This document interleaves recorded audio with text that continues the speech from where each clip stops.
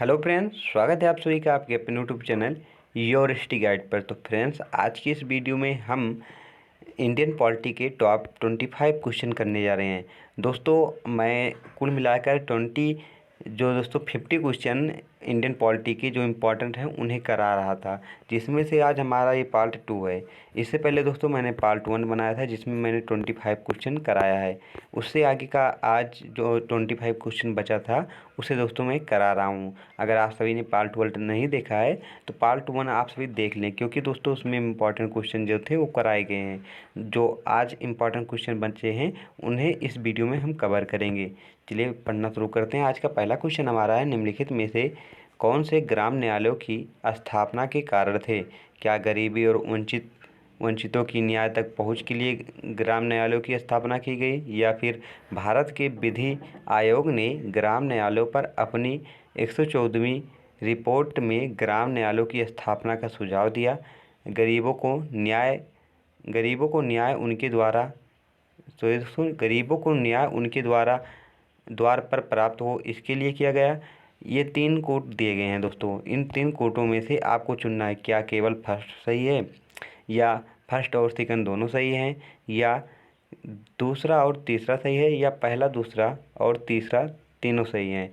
तो right answer दोस्तों इसका जो है हमारा ऑप्शन डी है, पहला दूसरा और तीसरा तीनों सही हैं। यहाँ चलिए नेक्स्ट देखते हैं, ग्राम न्यायालय निम्नलिखित में से किसके द्वारा निर्देशित होता है? ग्राम न्यायालय किसके द्वारा निर्देशित होता है? ऑप्शन हमारा है भारतीय साक्ष्य अधिनियम 1972 के द्वारा, प्राकृतिक न्याय के सिद्धांत पर भारतीय दंड संहिता द्वारा, या भारतीय साक्ष्य अधिनियम 1988 के द्वारा। तो राइट आंसर दोस्तों हमारा इसका ऑप्शन बी है, प्राकृतिक न्याय के सिद्धांत द्वारा। दोस्तों मैंने यहाँ पर आंसर लिखा क्या, क्योंकि आप सभी को जो PDF मिलती है अगर उसमें आंसर नहीं रहता है तो आप सभी कहते हैं कि भैया मुझे याद करने में दिक्कत होती है, रिवीजन करने में दिक्कत होती है, इसलिए मैंने यहाँ पर दोस्तों आंसर लिख दिया है ताकि आप सभी को PDF मिले तो उसे पढ़ने में आसानी हो। नेक्स्ट देखते हैं, पेशा अधिनियम या विस्तार अधिनियम निम्नलिखित में से किस वर्ष में अधिनियमित किया गया था? तो इसका राइट आंसर दोस्तों जो है हमारा 1996। ऑप्शन ए हमारा सही है, ऑप्शन ए 1996।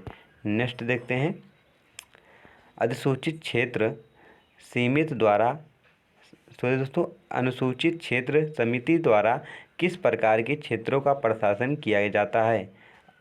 अधिसूचित क्षेत्र समिति द्वारा किस प्रकार के क्षेत्रों का प्रशासन किया जाता है? औद्योगिकीकरण के कारण तेजी से विकासशील शहर, या राज्य सरकार द्वारा महत्वपूर्ण माना जाने वाला शहर, या दोनों, या इनमें से कोई नहीं? तो राइट आंसर दोस्तों दोनों। ऑप्शन हमारा जो सी है ये सही है। दोस्तों यहाँ पर एक्चुअल पेपर के क्वेश्चन लिए गए हैं, इसलिए आप सभी को लैंग्वेज थोड़ी समझने में दिक्कत होगी, लेकिन दोस्तों जैसे एग्ज़ाम में क्वेश्चन आ रहे हैं बिल्कुल मैं उसी तरह आप सभी को करा रहा हूँ ताकि आप सभी का फ़ायदा हो।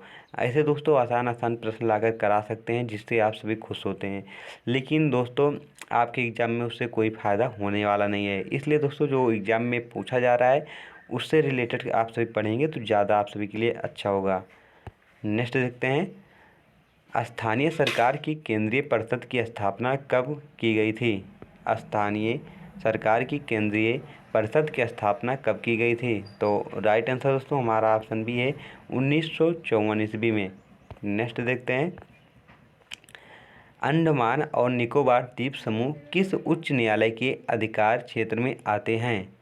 अंडमान और निकोबार द्वीप समूह किस उच्च न्यायालय के अधिकार क्षेत्र में आते हैं? तो राइट आंसर ऑप्शन ए है, कलकत्ता न्यायालय जो है उसके अधिकार में आते हैं। नेक्स्ट देखते हैं, निम्नलिखित में से किस अनुच्छेद में अधीनस्थ न्यायालयों के संगठन को विनियमित करने का प्रावधान है? तो राइट आंसर दोस्तों हमारा है ऑप्शन ए है, अनुच्छेद 233 से 237। हमारा ऑप्शन ए सही है दोस्तों। अनुच्छेद चाहे आप कह लें चाहे लेख कह लें, बात एक ही है।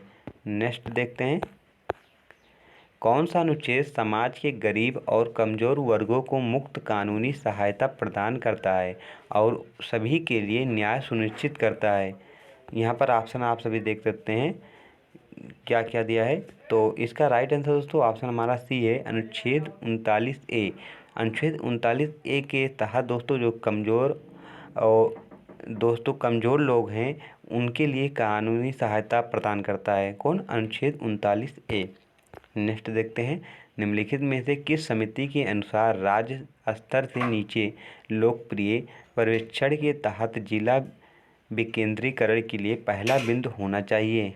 दोस्तों क्वेश्चन इंपॉर्टेंट है, आपके एग्जाम में कई बार पूछा जा चुका है ये। निम्नलिखित में से किस समिति के अनुसार राज्य स्तर से नीचे लोकप्रिय पर्यवेक्षण के तहत जिला विकेंद्रीकरण के लिए पहला बिंदु होना चाहिए?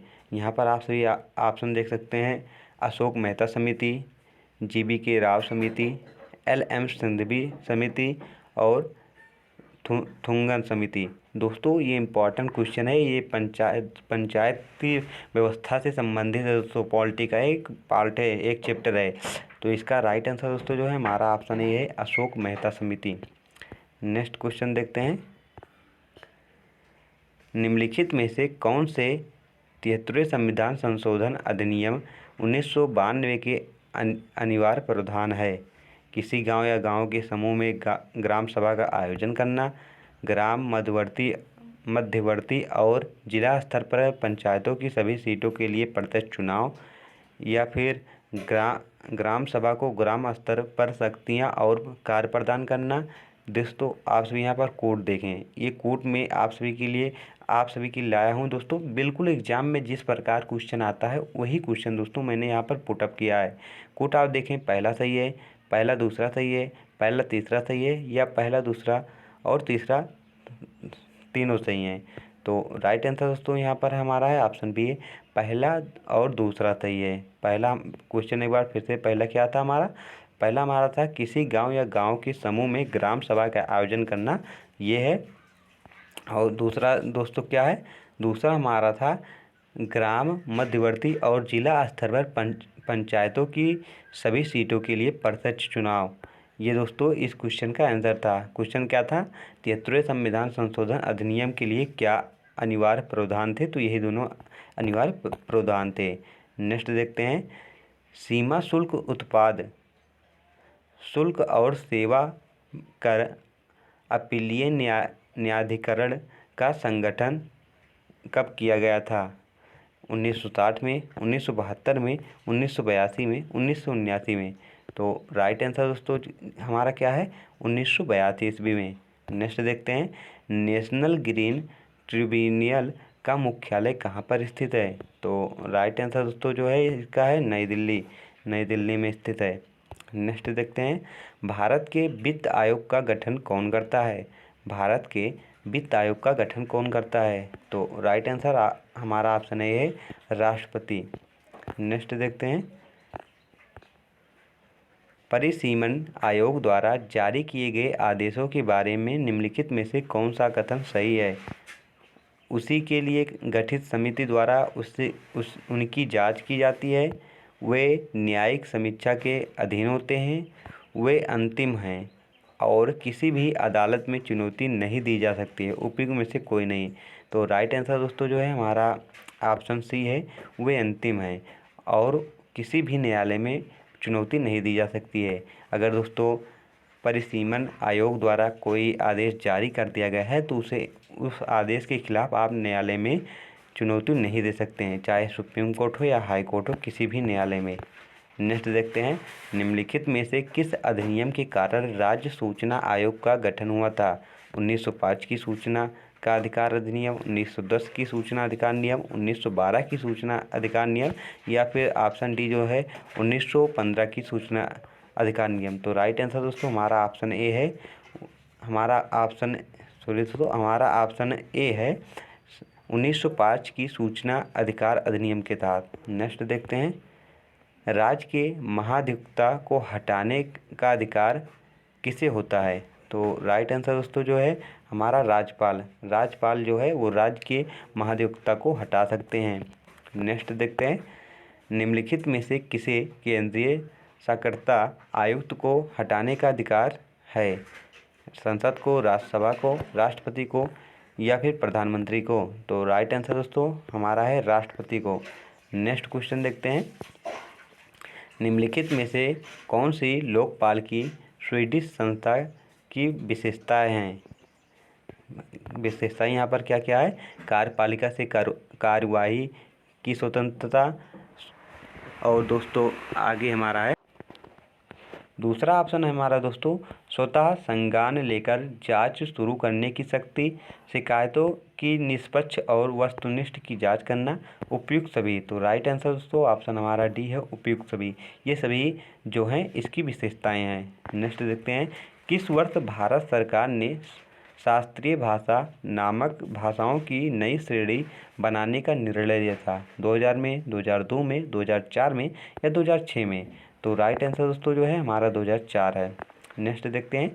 निम्नलिखित में से किस भाषा को शास्त्रीय भाषा का दर्जा दिया गया है?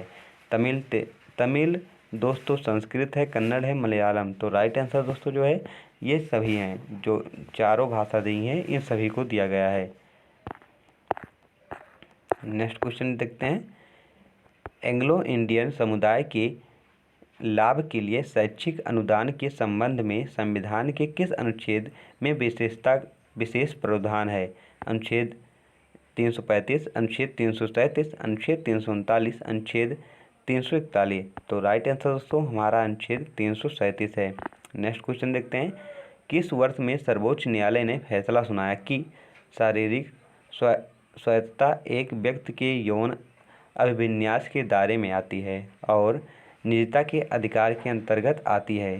तो राइट आंसर दोस्तों जो है इसका हमारा ऑप्शन सी है, 2017। नेक्स्ट क्वेश्चन देखते हैं। पौधा किस्म और कृषक अधिकार संरक्षण अधिनियम किस वर्ष बनाया गया था? तो राइट आंसर दोस्तों जो है हमारा ऑप्शन बी है, 2001 में। नेक्स्ट क्वेश्चन देखते हैं। ह्यूमन इम्यूनोडेफिशिएंसी वायरस और एक्वायर्ड इम्यून डिफिशिएंसी सिंड्रोम अधिनियम किस वर्ष लागू किया गया था? तो राइट आंसर दोस्तों जो है हमारा ऑप्शन बी है, 2017 में। मतलब दोस्तों रोकथाम और नियंत्रण का जो अधिनियम था वो किस वर्ष लागू किया गया था? 2017 में। आज का हमारा लास्ट क्वेश्चन है। न्यूनतम मजदूरी अधिनियम किस वर्ष में अधिनियमित किया गया था? तो राइट आंसर दोस्तों जो है हमारा ऑप्शन ए है, 1948 में।